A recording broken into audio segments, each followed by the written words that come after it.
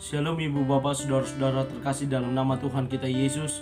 Semangat pagi, bertemu kembali di channel Rionando Butar-Butar dalam khotbah 5 menit aja atau kelima untuk renungan harian. Renungan pada hari ini saya ambil dari kitab Roma pasal 14 ayat 17 sampai 18. Demikian kesaksian firman Tuhan. Sebab kerajaan Allah bukanlah soal makanan dan minuman, tetapi soal kebenaran, damai sejahtera dan sukacita oleh Roh Kudus. Karena barang siapa melayani Kristus dengan cara ini, ia berkenan pada Allah dan dihormati oleh manusia. Pelayanan kesukaan Allah.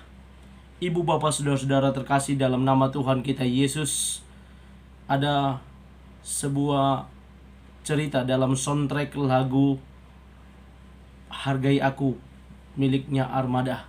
Di sana saya melihat dalam soundtrack tersebut ada seorang karyawan yang berjelilah membuat laporan atau proposal pekerjaannya, dan ketika dia melaporkan kepada atasannya, si atasan dengan mudah melempar mapnya kepada si pegawai tersebut, tanda proposal tersebut tidak diterima dan dihargai.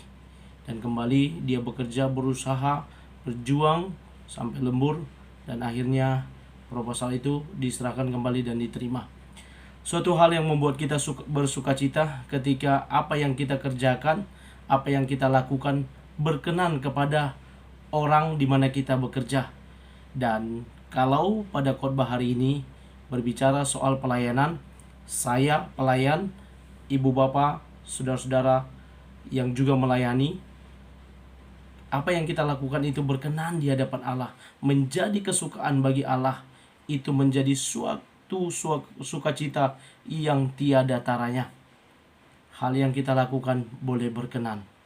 Ibu bapak saudara-saudara terkasih dalam nama Tuhan kita Yesus, pada nats ini boleh kita lihat apa saja pelayanan yang menjadi kesukaan bagi Allah atau yang berkenan di hadapan Allah.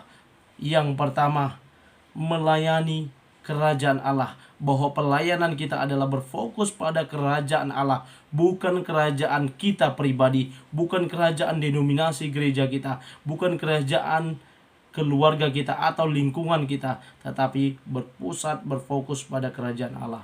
Yang kedua, pelayanan atau melayani Tuhan, berfokus pada pelayanan kepada Tuhan, bukan kepada makanan dan minuman, atau berbicara soal keberuntungan, bukan cerita tentang untung rugi.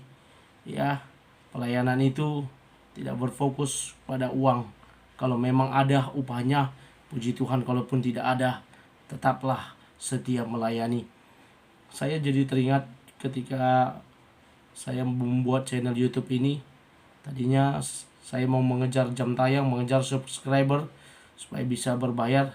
Tapi makin kesini saya makin asik dengan kegiatan ini. Saya makin asik berbagi, sharing firman Tuhan seperti ini. Bisa jadi berkat. Karena ada beberapa komen teman-teman, walaupun yang mendengar konten video saya ini bukan hanya Kristen, tapi ada hal positif yang mereka juga bisa ambil. Paling tidak saya bisa menjadi berkat. Fokus saya tetap survive di channel YouTube saya, tetap berkembang dan bisa jadi berkat bagi orang lain, dan banyak hal positif yang bisa mereka dapat juga. Puji Tuhan, itu sudah sangat saya syukuri. Bagian yang ketiga, melayani fokus pada kebenaran.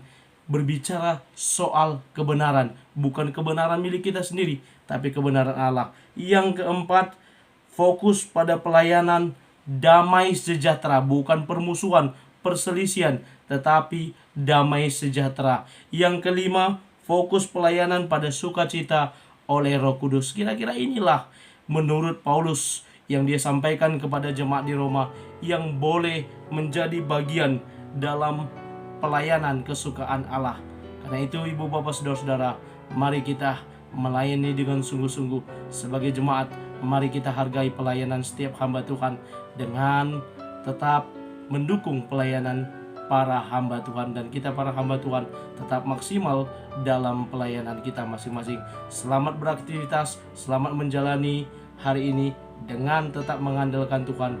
Tuhan Yesus memberkati. Shalom.